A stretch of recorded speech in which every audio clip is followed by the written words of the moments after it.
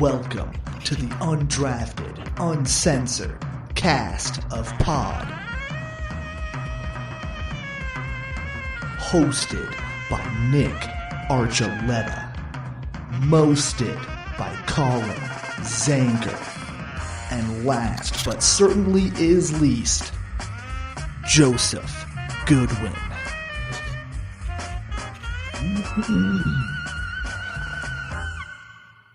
Welcome in, everyone, to the Undrafted Uncensored, a part of the E5280 Sports Network, where I don't know about you guys, but I would have definitely prepared myself for frostbite if I had attended the Kansas City Chiefs game. Nope. You'd have been one of those people getting stuff amputated? It depends on when we're talking about it. If we're talking about my drinking days, yeah, I just would have thought the beer would have kept me warm and the whiskey. It turns out it's the opposite. You know, that was an old school thing that they used to do back in the day. I remember for some reason there was an episode of Little House on the Prairie on, and my mom and I just happened to be watching it, and there was a bunch of like children lost in a blizzard, and they're like, "Quick, give them brandy!" After they finally like recovered them from the snow. That shit does not work. Don't do that, folks. I mean, I'm not saying don't drink anyway. Just don't think it's gonna help you stay warm. I thought you were going to say Family Guy and refer to the one where Brian was drinking in the stands with Stewie. You know that doesn't keep you warm, right? No, I don't think I've seen that one. Oh, it was like way early, one of the way early ones, like first or second season. That's awesome. I'm going to have to Google it now. There's certain Family Guy clips that I feel like just live inside everyone's head from like back in the day that are just like, oh, yeah. Like I find myself just going, in the kitchen, Meg. Oh. Or I'll call someone's Starbucks order, this is quite shallow and pedantic. Indeed, shallow and pedantic. Quite, just like this show. Oh, yeah. So like you and I do all the time, you know, everybody gets one. To catch those of you guys out that don't know, apparently a bunch of people in Kansas City now are surprised that they're having body parts amputated and sacrificed a significant amount of themselves for the Kansas City Chiefs playoff game. That was the fourth coldest in NFL history, which makes me wonder about the other three games and if anybody survived them. They were just more prepared because it was back in the day. I feel like today people just feel like they're immune to stuff because everything is heated. Well, they have like heating stations too. Oh, yeah, exactly. Yeah. So that means people were less prepared when they're actually in their seats. When back in the day, it was just stay warm or get frostbite. So they, you know, bundled up, wore multiple socks, all that kind of stuff. Well, that was back when they wear like suits to the games too, probably. No, it wasn't Suits that and long hats. ago, Nick. I mean, one of the games was that long ago, but no, you still wear snow gear. You know, you forego the suit. There's at least long johns underneath it. Yeah, guaranteed. Oh, But also, I feel like those numbers are pretty inflated. Like, it was that cold in Kansas City for a while, so a lot of that frostbite stuff was just... I'm sure it was days on end of people being dumb. Yeah, just other people doing other stuff. But, yeah, a few of them, I think, did attend the game. It said, like, 10 or something like that. But I just don't think it's funny. you know what? That's just, you know, that's worth it. You know, that's playoff football. You know, you show up for your team. Sometimes, you know, you get frostbite. But like also just dress warm and you can show up for your team and not get frostbite. Oh, Lord. Well, let's move on real quick to the Nuggets first, when what most people are calling a preview for the NBA Finals. Oh. And I enjoyed that game. It was competitive. It was hard fought. Nuggets came out on top. And I think that gives them a little feather in their cap that they can make another run. I mean, I think things for the Nuggets are coming together. Unfortunately, you know, I let Joe down, and the tickets that were promised to me did not come through because I think somebody's a liar. Sounds like it. Making me a liar. I showed you the text, Joe, that was sent over to me about everything, and I was pretty pumped to go to that game and watch it in person.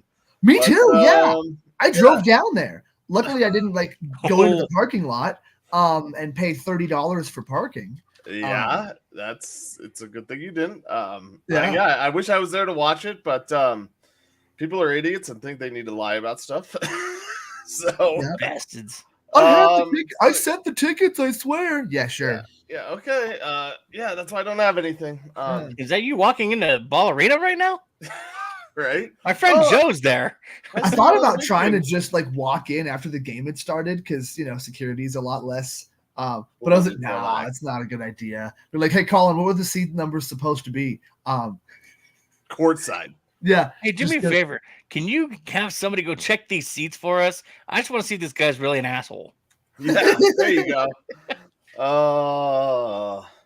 Yeah, so it would have been nice to have been there to watch that and watch the Nuggets go, really kind of click on all cylinders.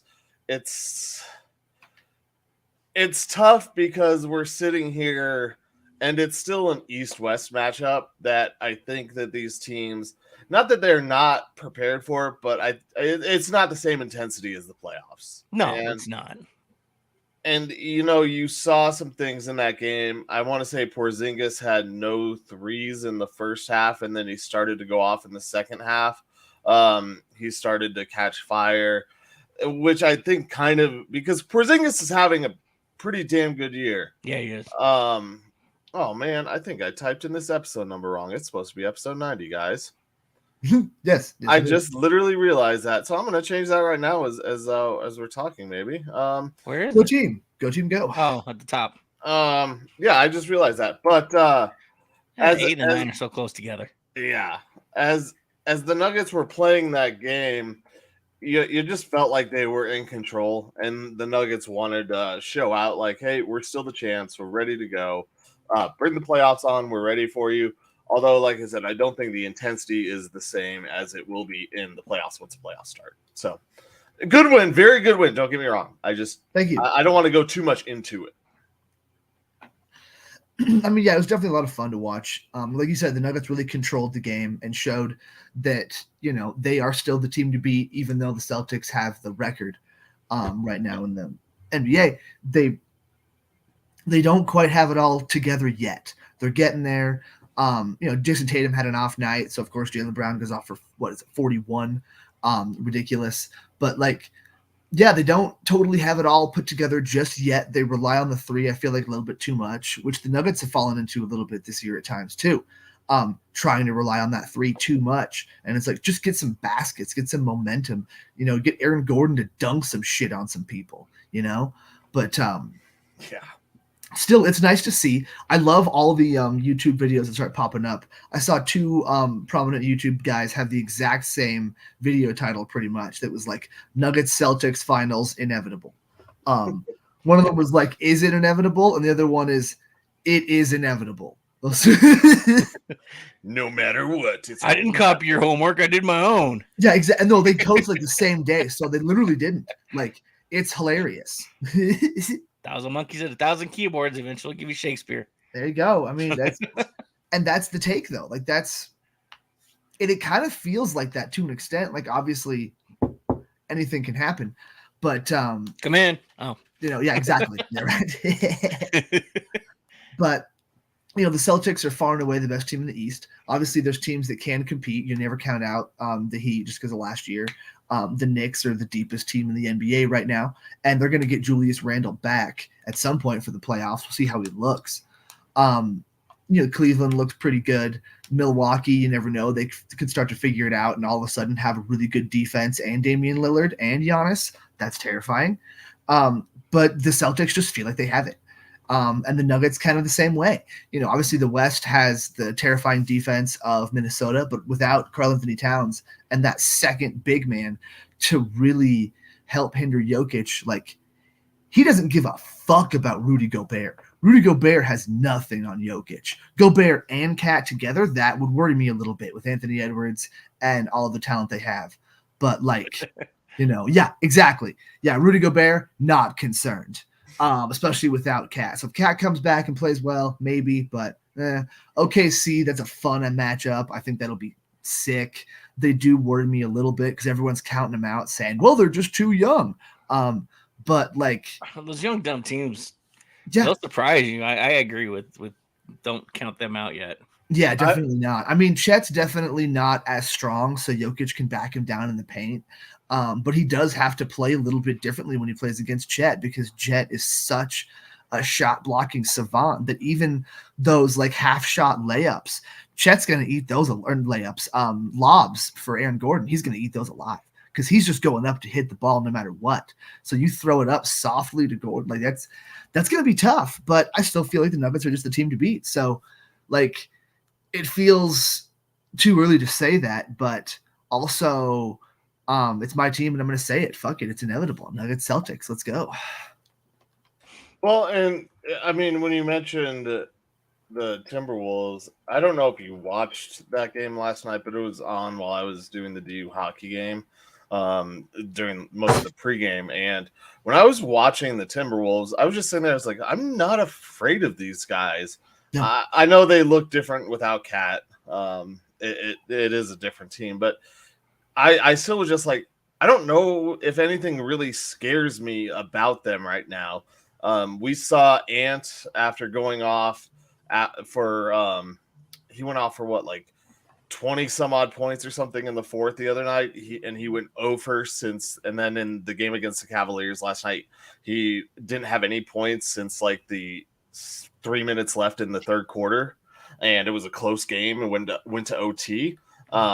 Really just that team doesn't scare me, and I know they're ahead of the Nuggets in the standings. But I believe I said this a few weeks ago. I'm not worried as much about Minnesota or OKC. It really is more the history of the Nuggets to play down to their competition that I worry about. Because I think they get up for those games regardless, much like they did when they swept the Lakers, like I predicted last year. There he is again, the prophet. I love it. Dropping a little prophet bits. Little tidbits, you know. The team I did forget to mention is the Clippers. That's a team that definitely that's a matchup that intrigues me a lot. We'll see, obviously, how the injury bug affects them because they're a much older team, but that's going to be a lot with all of those guys kind of in the wings. And then we'll see what happens with Russell Westbrook because he was actually a big contributor to that team. Them losing Russell Westbrook is kind of a big deal for them. Like that's going to hurt them a lot just from like a motivation standpoint and an energy standpoint and kind of being out there to facilitate when James Harden's not on the court. But that's going to be a fun matchup, I think. And I feel like it's going to end up happening at some point in the playoffs for sure.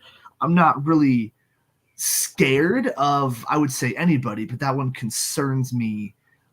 Just like if Minnesota had Cat, it would concern me. But it more intrigues me. Like I just want to see it because the Nuggets have had the Clippers number so much. But a lot of that was also Doc Rivers. So you just want to see if Bones Highland gets into play.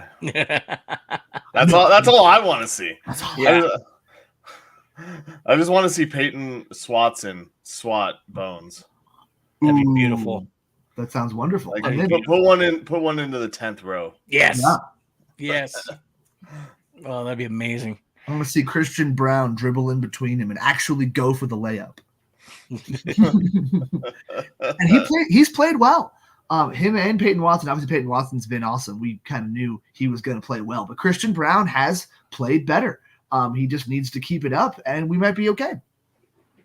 I think just the level of competition they've had lately too. He's that prototypical Nugget. He's stepped up to his competition lately because the Nuggets have had some pretty decent opponents as of late, and so he knows too. He watched it last year. If you don't play to Malone standards, you're going to be relegated to the very end of the bench, closest to the locker room, and from that seat, it's pretty easy to just get up, walk out, and go change into street clothes and leave the arena.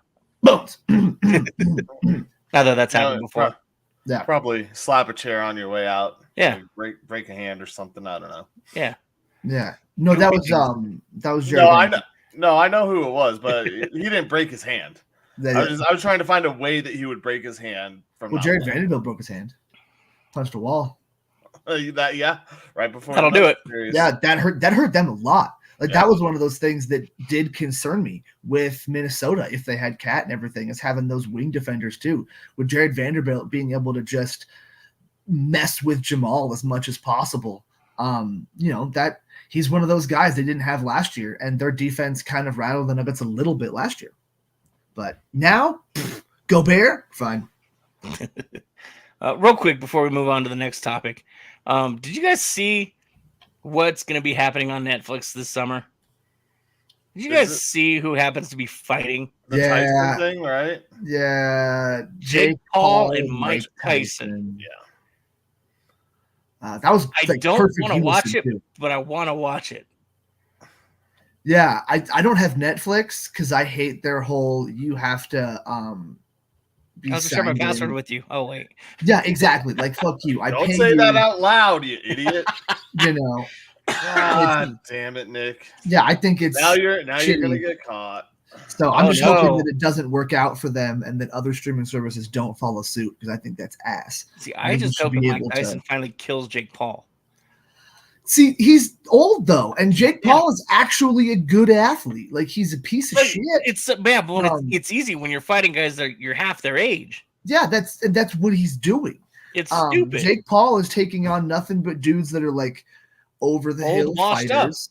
And he's like a decent fighter for sure, but like fuck, I hate this concept that now he's like, yeah, sure, because that sounds great for ratings, and I do want Mike Tyson to just destroy him, because I can see him doing it, but like, I don't know, man.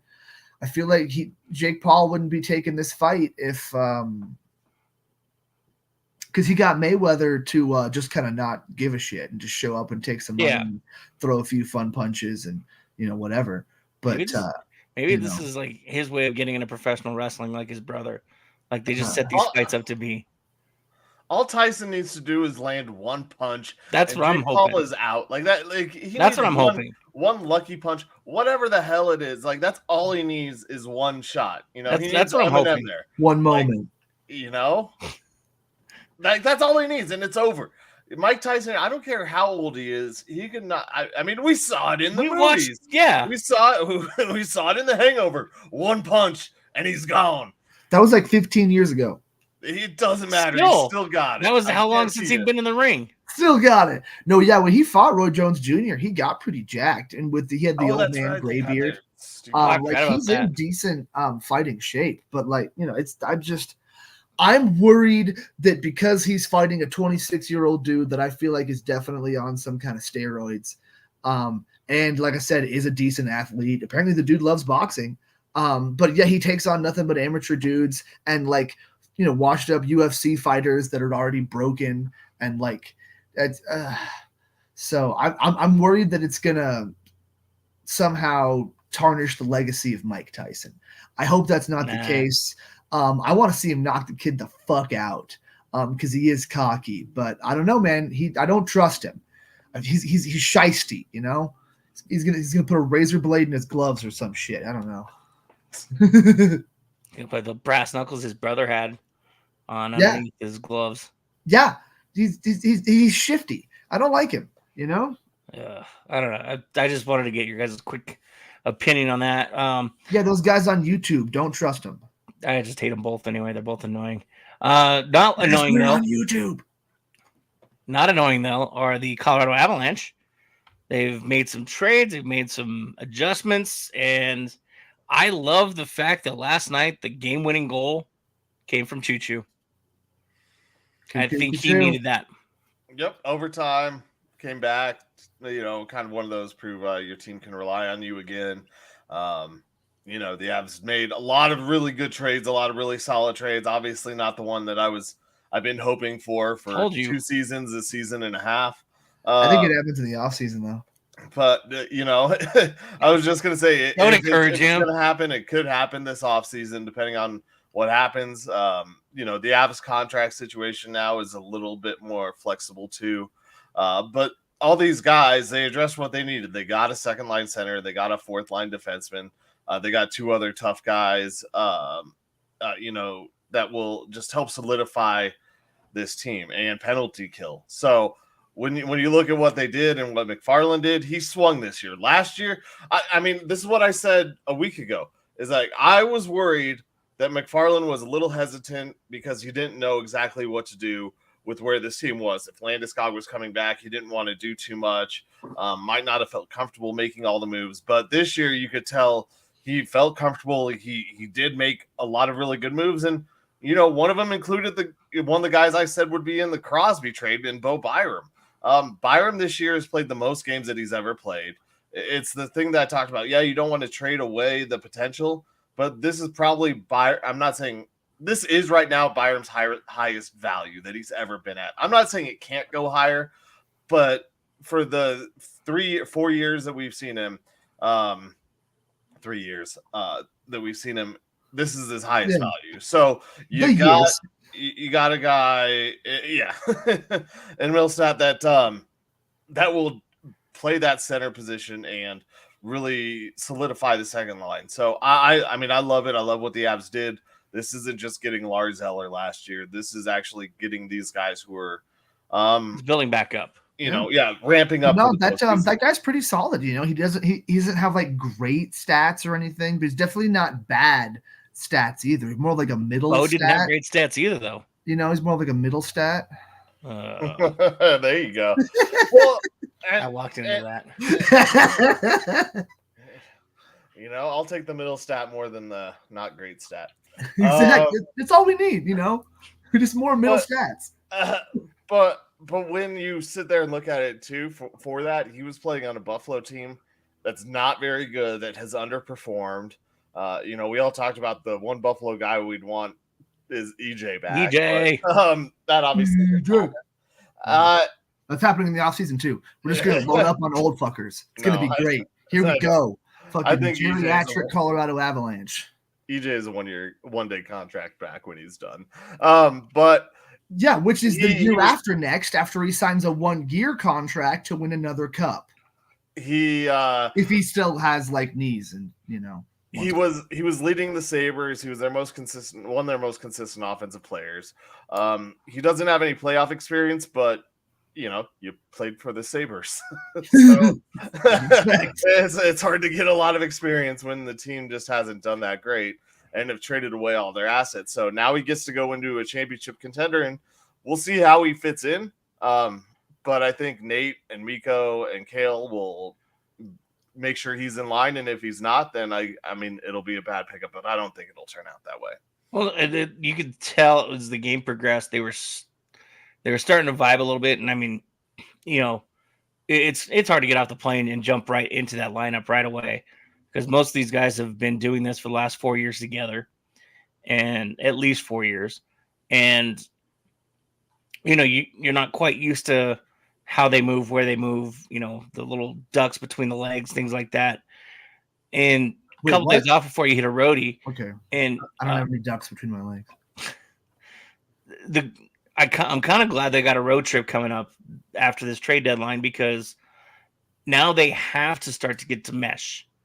You can't just sit in your hotel room and just watch TV. You got to get out there with the boys and skate with them and go break bread and do everything that's important to get yourself in a position with your team.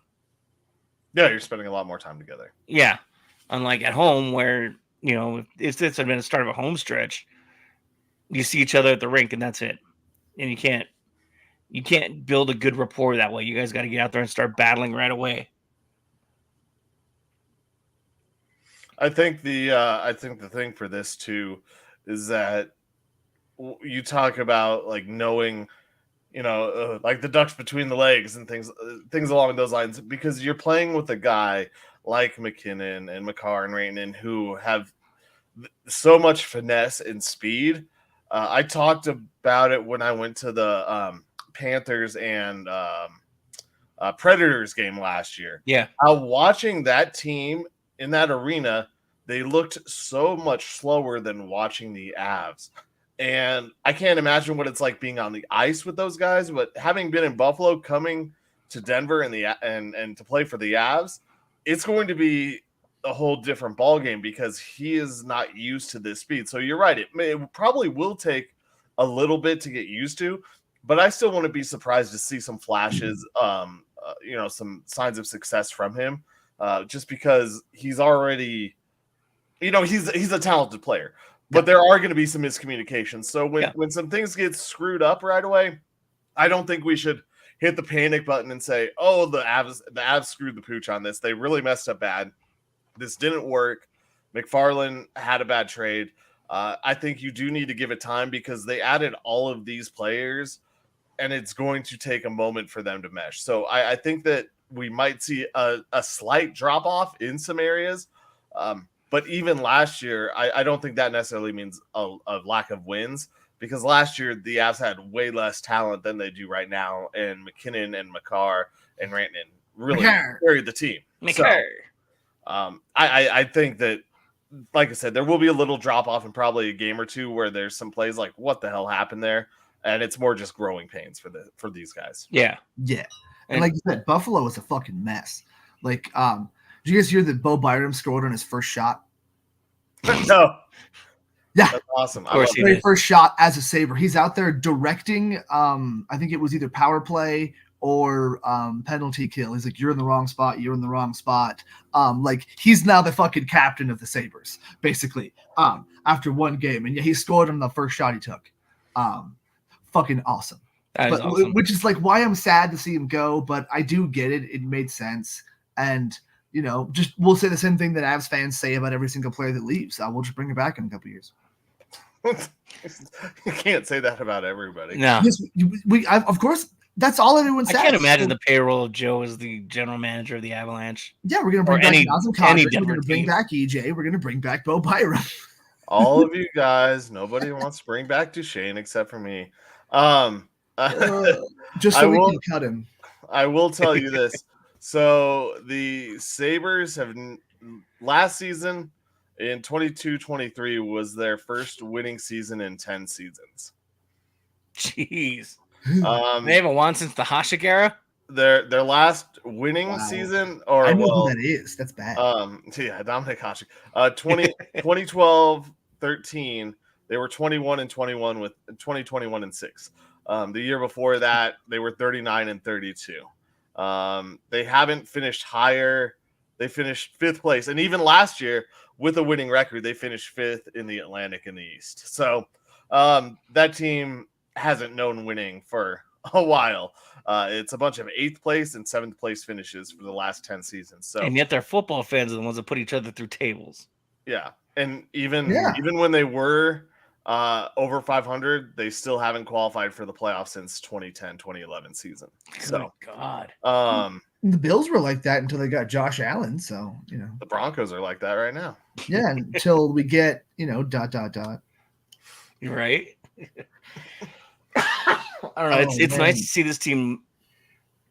It's just nice to feel the winning. They want to move forward. They want to do this again. I mean, obviously Florida and Tampa Bay and a whole bunch of other teams made a lot more moves that were Carolina, Dallas. Yeah, there were a lot of moves being made. A lot of teams that were good got better, but go ahead and win that. Go ahead and win that best record in the NHL. Trophy. Go ahead and win that. That's fine. We don't want it. We don't need it. We don't need that curse. We had it once. Yeah, we made that mistake already. You put that evil on me, Ricky Bobby. That's why I was trying not to say it. I was like, go ahead and win it. Go ahead. Go take it. It's fine. Yeah, Florida won it last year and lost in the first round, I want to say. Yep. Yeah, or was it Florida or Boston? Boston won it last year. 2 years ago, Florida won it when the Avs won the Cup. Yep. Oh, okay. Yeah, and Boston lost in the first or second round last year. Yeah, Boston had a fucking historic regular season.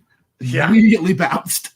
Yeah, 2 years ago it was Florida, then it was Boston. Yeah, and that was what we were talking about last year. A Nuggets Celtics championship and a Bruins Avs. I mean, the Avs were kind of hopeful to make it, but we were talking about how cool that would be because it could have been the Nuggets and the Timberwolves in round 1, and then the Avs and the Wild in round 1 too. Yeah.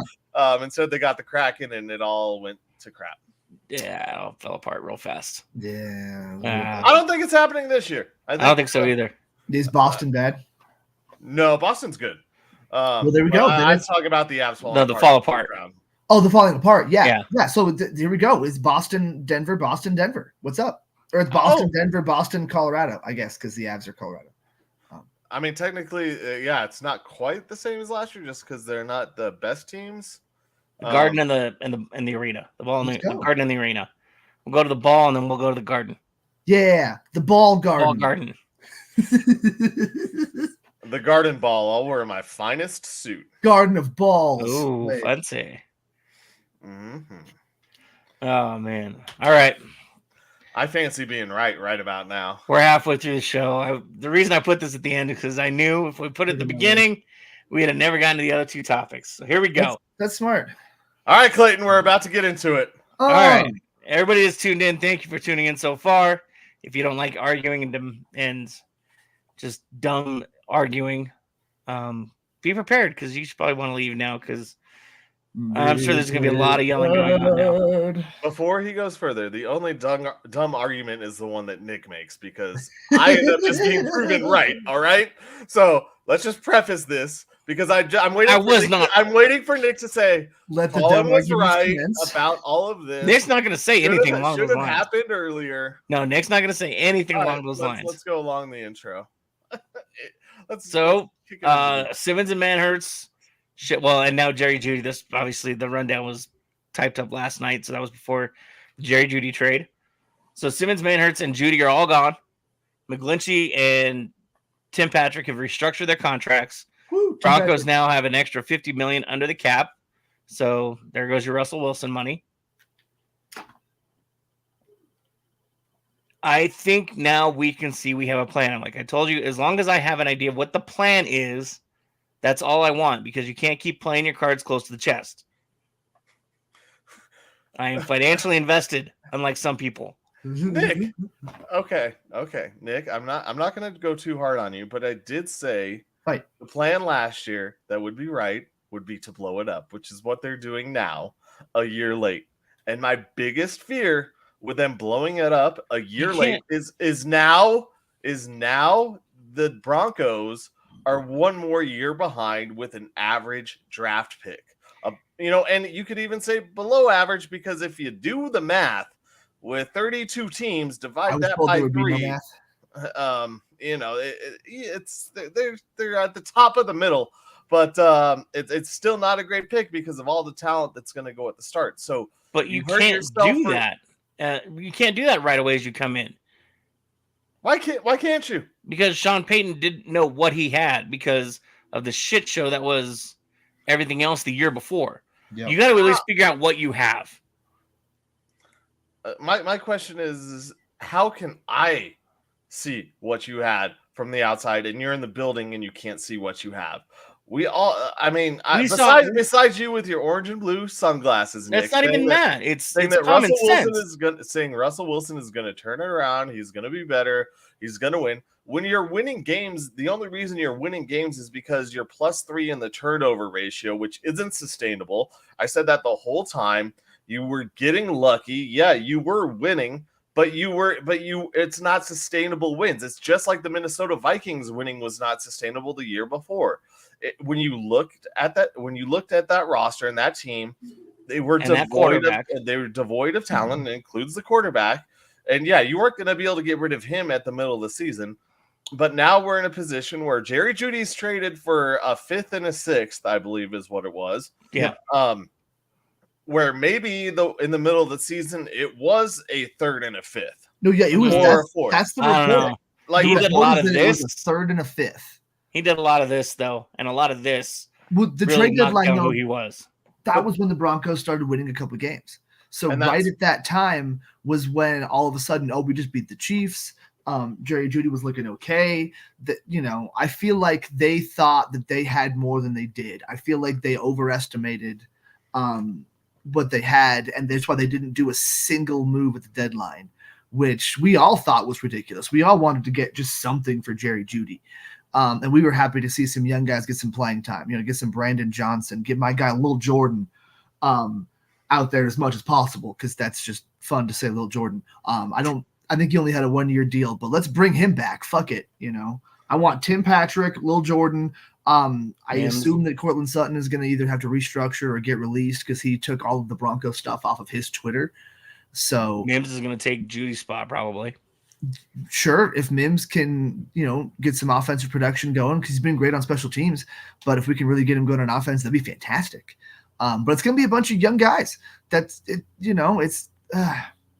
And this is what I go back to, though, is like you still put yourself back behind the 8 ball now. Yeah. Because if you had done this last year and started to clean house, like, don't tell me that we didn't see this Jerry Jeudy issue rising a year ago. The Jerry Jeudy issue's been a thing since he got drafted. I know. That's what I'm saying. I've never been a fan. That's what I'm saying is like, why did they not do this before? They did make those moves in the middle of the season, getting rid of Frank Clark and Randy Gregory. I think probably because they also saw the writing on the wall where this team was going, and they didn't want any part of that, any part of a rebuild. Hopefully, like Sidney Crosby doesn't in Pittsburgh this offseason.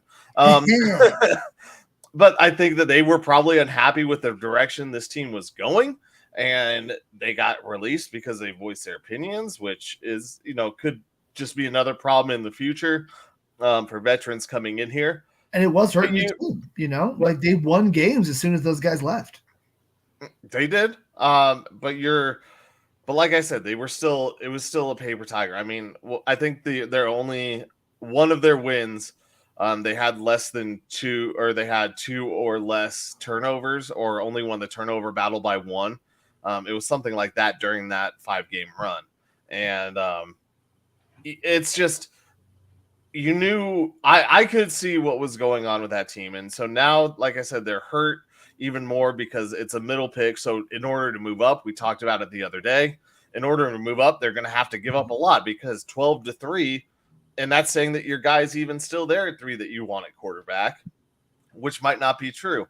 Or I think it is probably more likely now the Broncos move back in the first round, obtain an extra pick in next year's draft and this year's draft, and try and get someone. It still depends on how the draft falls, but you're still putting yourself one more year behind. And how I said I was looking forward to the 2024 season.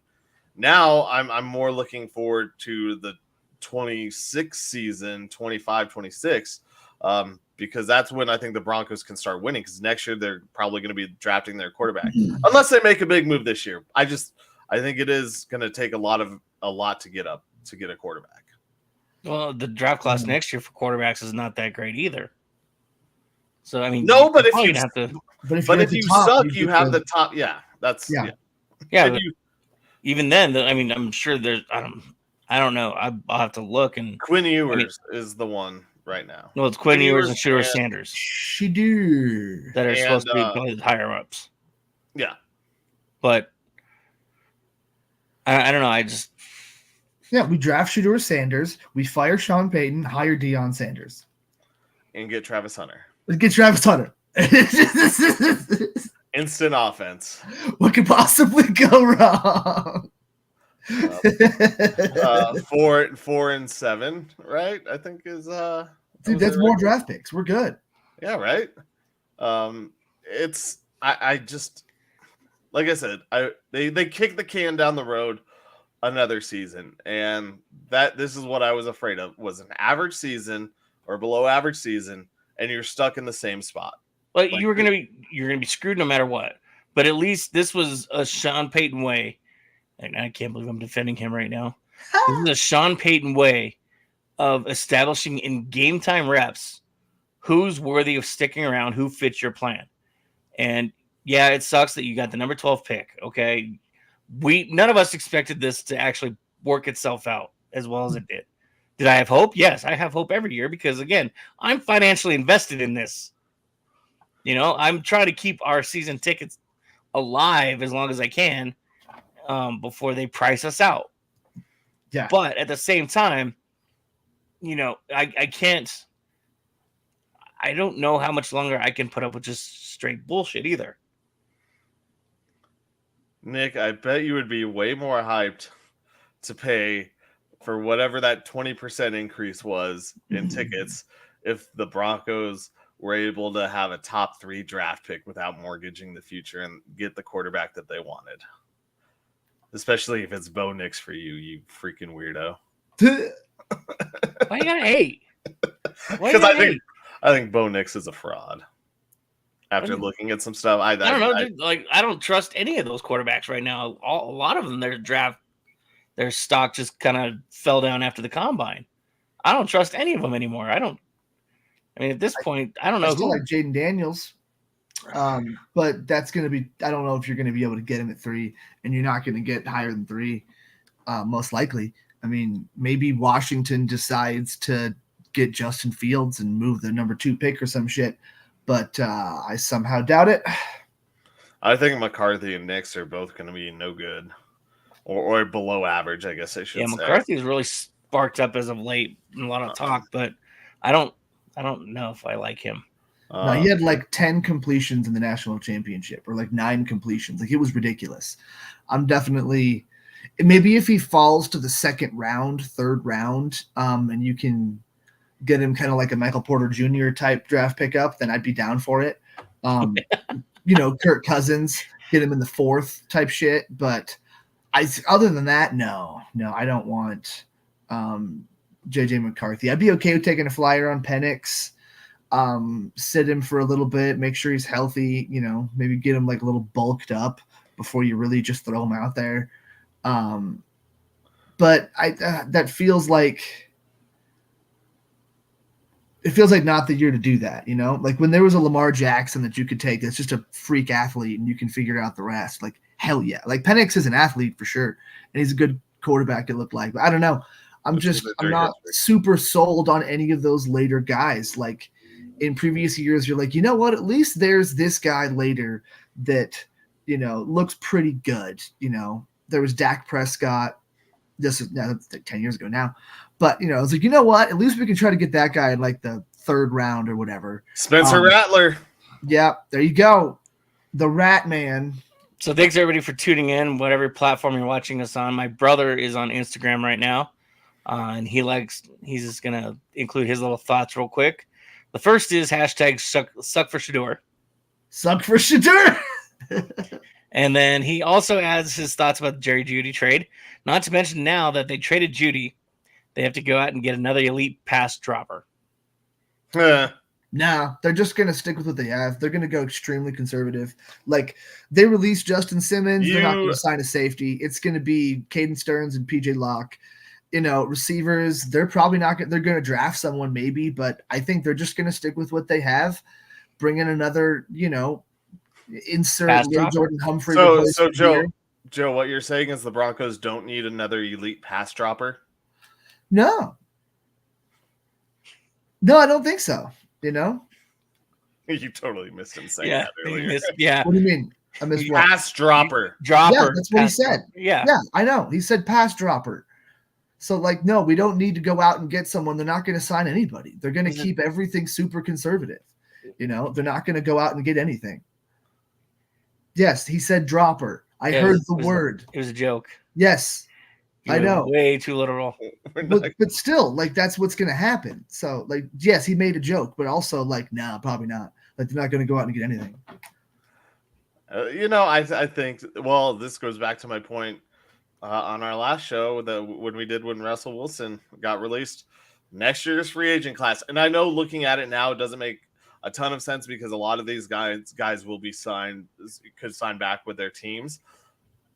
However, there will be some of these guys available next year. So there are a bunch of elite pass catchers, unlike Jerry Jeudy. No, they'll probably drop it. That will be available next year in free agency. And I talked about this 2 years ago, or 3 years ago, when all the wide receiver trades happened in the draft and the wide receivers were taken early in the drafts.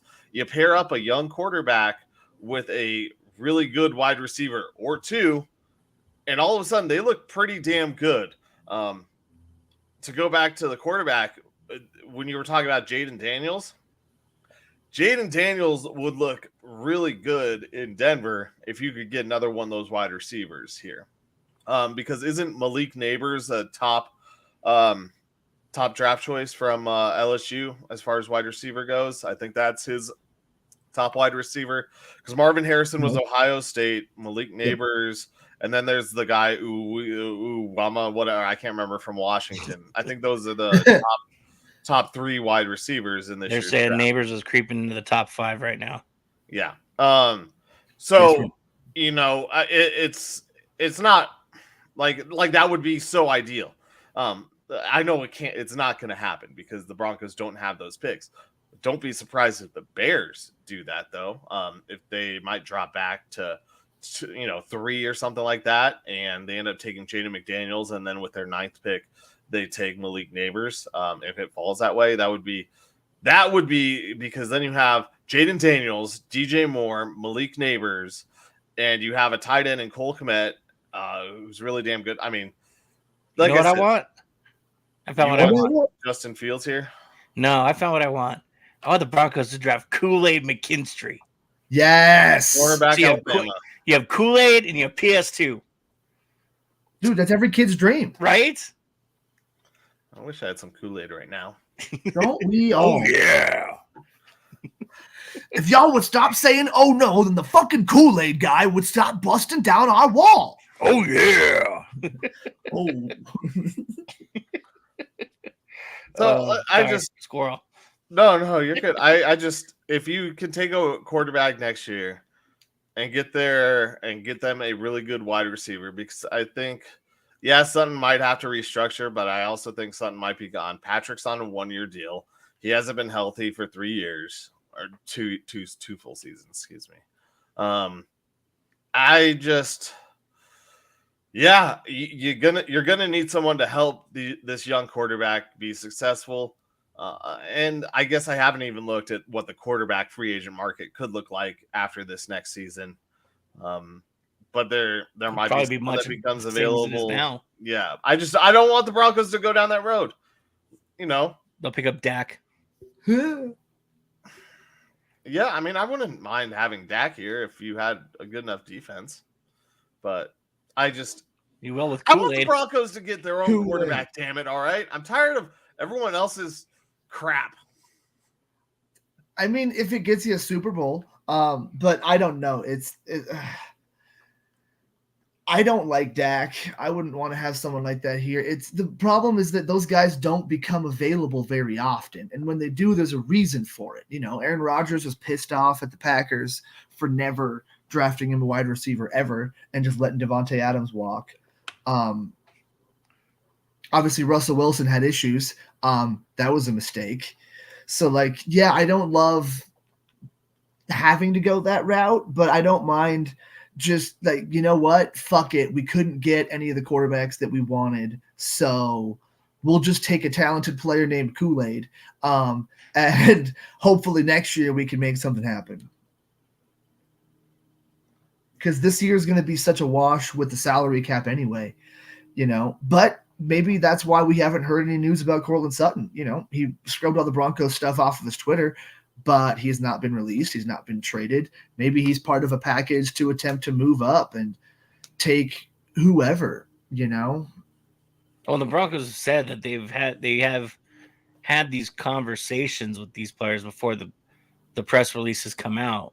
I'm sure. So you have to wonder if, Court's been one of those guys that they've already had a conversation with. They just have to get the right ducks in a row, and it's basically don't say anything until you hear from us, because we don't know what's left and what's right yet. Yeah. Speaking of having these discussions with your players beforehand, did you see what happened with the Jaguars? No. So this is from what day was this? Was it the follow run to Fatukasi? Yeah. So this is from the 4th. The Jaguars in the morning celebrated Fatukasi. Olorunso Fatukasi celebrated his 29th birthday on Monday, the 4th. The Jaguars wished him happy birthday in the morning. And then 2 hours later, Jeremy Fowler comes out and says Jaguars are releasing defensive tackle Bully Fatukasi. Oh, damn. Oh, man. So brutal. I'm not laughing. I don't mean to laugh at it because it sucks for him, but just because we were just talking about how they have a conversation with them beforehand. Yeah. Like that is so that's some terrible timing. Like PR firm PR did not talk to front office. No. Yeah. Yeah, so I had to like, hey, maybe release him tomorrow. Yeah, give me a little bit of time. Just don't tell Fowler about it yet. But yeah, they probably have these conversations. I'm sitting here with these releases, and I know, Nick, you said they were winning. Like, the Broncos got a 5th and a 6th for Jerry Jeudy. Who's to say they couldn't have gotten a 4th for Justin Simmons? I still say he hurt his. Once he had that little spat with Monday Night Football, he hurt him. He hurt his stock too much. I think that his contract is too much. Broncos were lucky to. I'm not talking about Jeudy. I'm talking about Simmons in the middle of the trade. I don't think talking about how the Broncos really screwed the pooch this last year. I don't think Simmons was a viable trade at that time because he was the captain of your defense. The Eagles were interested. The Eagles were interested, but the Broncos also realized what they had coming up in the draft, and so I'm sure they were asking a high price for draft picks. And the Eagles can get somebody cheaper for either less money or less draft picks than they could with what the Broncos were offering, and that's what they did. So what you're saying is the Broncos screwed up. Yes. They were asking too much. That's all I was saying, Nick. That's what we've been saying. We were saying that during the trade deadline. The Broncos were overpricing. You said the Broncos couldn't make trades because they were winning. No, I said they couldn't because they were overvaluing their trades. You go back and listen to the shows, too. We were saying the same thing. They were overpricing on the trade market because they knew what they needed, but at the same time, they were also winning. So they were in their minds thinking this guy's worth more than what they're willing to really part with right now. It's a hard balance. I should have gotten rid of him. Should have blown it up. Yeah. Shoulda, woulda, coulda. We said that at the deadline, all of us. That's been the issue the Broncos have had. And then Sean Payton, I don't know if he's ever going to fully commit to blowing it up because he's an old school coach. He hates losing. He's going to try to win every game. I don't know if he will ever totally commit to that. I feel like what he's going to do this year is put together whatever team they can afford to do, and then he's going to try to grind out wins somehow. Run the ball, defense. We'll see who the quarterback ends up being. I feel like Sean Payton's going to do everything in his power to win games next year because that's just the kind of old school style coach that he is. And that kind of worries me too about this entire thing is that Sean Payton might just fuck the whole thing up. No, I think this really is the definition of blowing it up right now, what they're doing. I mean, on the roster, yes. That's what they're doing. And maybe it works out and they get some wins. Speaking of we don't want that. One of us did blow up this last week. Is it me? This is the victory formation. All right, boys, here we go. Best play in football. 6 red tight diamond victory on 1. Break. Okay, 3, 2, 1, it's jam. The Pick'em segment, proving that Colin Zanker is the most humble man in the history of time. Least. Featuring Nick Archuleta wishing he was somewhere else. And Joe Goodwin just kind of winging it. Right. I am the most humble of all time because I let one of you go 4-1, the other, or two of you go 4-1, and I myself went 2-3. Let's get into it. How did we get here with a special extra bonus win that Joe reminded me about? Lillard won the 3-point contest, so he won $52. That's added to this week's total. So we go into it. One of my wins this week, it was Marquette versus Creighton. Creighton comes out victorious. Joe, you're the only one to choose Marquette. You lost $10. Nick and I both won $13.60. Big winner there. The Thunder beat the Suns, and I'm an idiot by choosing the Suns. Bigger win there for Nick and Joe at $14.08 apiece. We all chose the Oilers, so that was a clean sweep of 15 each.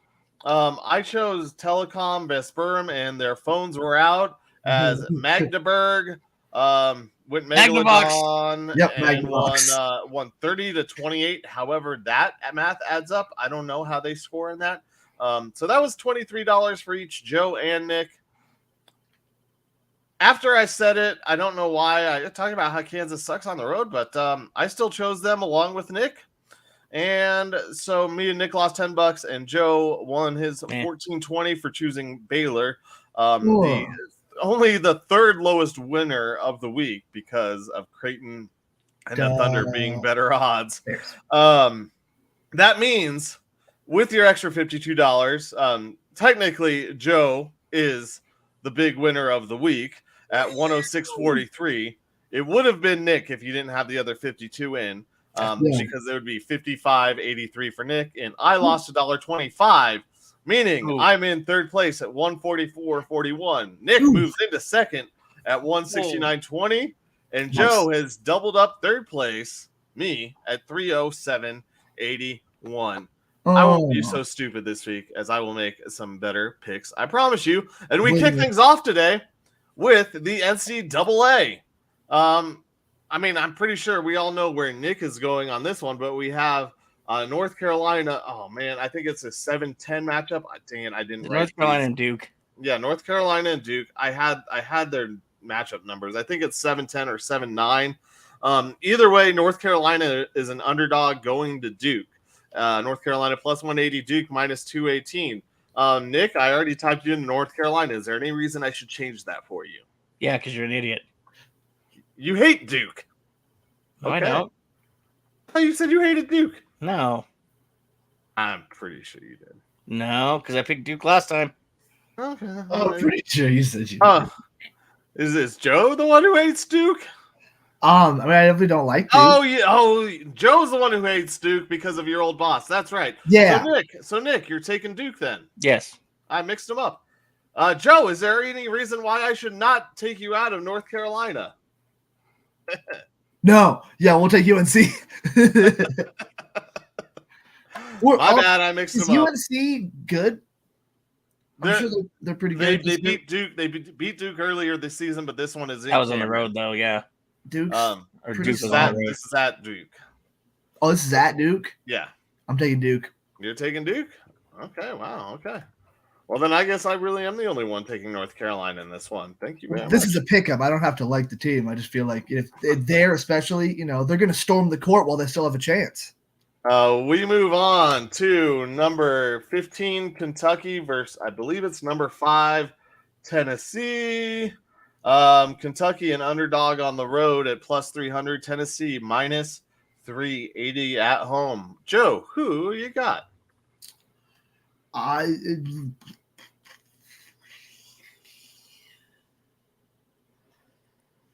This one's a tough one. Excuse me, number 4 Tennessee. Number 15 Kentucky, number 4 Tennessee, my bad. Yeah, I kind of want to just take Tennessee at home. Yeah, I'll take Tennessee at home. I'm going Kentucky. They're also kind of my pick to make a deep run in the tournament as of right now. So I'm going to take them because I think that when the lights are on, Tennessee seems to shrink. Nick, who you got? I was thinking the same thing, Kentucky. All right. Well, Nick's going to lose that one because he picked with me if things hold the trend. We move on to the NBA Sunday night basketball. I know who we're all cheering for, but who do you think is going to win? It is the Timberwolves versus the Lakers. No odds yet, as it is more than 24 hours away. I am the first to pick, and I am thinking LeBron James is coming back from his rest. I'm actually going to take the Lakers at home in this one over the Timberwolves. Nick, who you got? I hate both teams. Yeah. This is really stupid. Neither. Thank you. Yeah, I will take a forfeit. No. Minus $10 for Nick. There you go. Joe, who you got? Yeah, is it in LA or is it in It's in LA. I'm gonna go Minnesota. Joe, who you got? Yeah, I'm taking the T-Wolves. They're better. They're actually still kind of in that we lost one of our best players and we're all kind of stepping up right now kind of mode, which will kind of start to fade, I feel like, later on. But yeah, I think T-Wolves got it. And we move to Sunday night hockey. The Patrick Waugh Islanders of New York, Long Island, versus the Anaheim Not So Mighty Ducks in Anaheim. The New York Long Islanders. The game is in Anaheim. Nick, who you got? Man, I don't like this one either. Give me the Isles. Nick takes the Islanders. Joe, who you got? Yeah, I'm taking Patrick Waugh. That's it. I figured we all were. So sweep that for the Islanders. Last week when we swept, it was all good. So we'll see if that happens again this week. What could possibly go wrong? I got the underdogs this week, fellas. It's gonna be a long week for you. It's gonna be a long weekend for you. Again, thank you everybody for tuning in today. We appreciate you tuning in, enjoying your Saturday with us a little bit. Hopefully you didn't learn anything from us.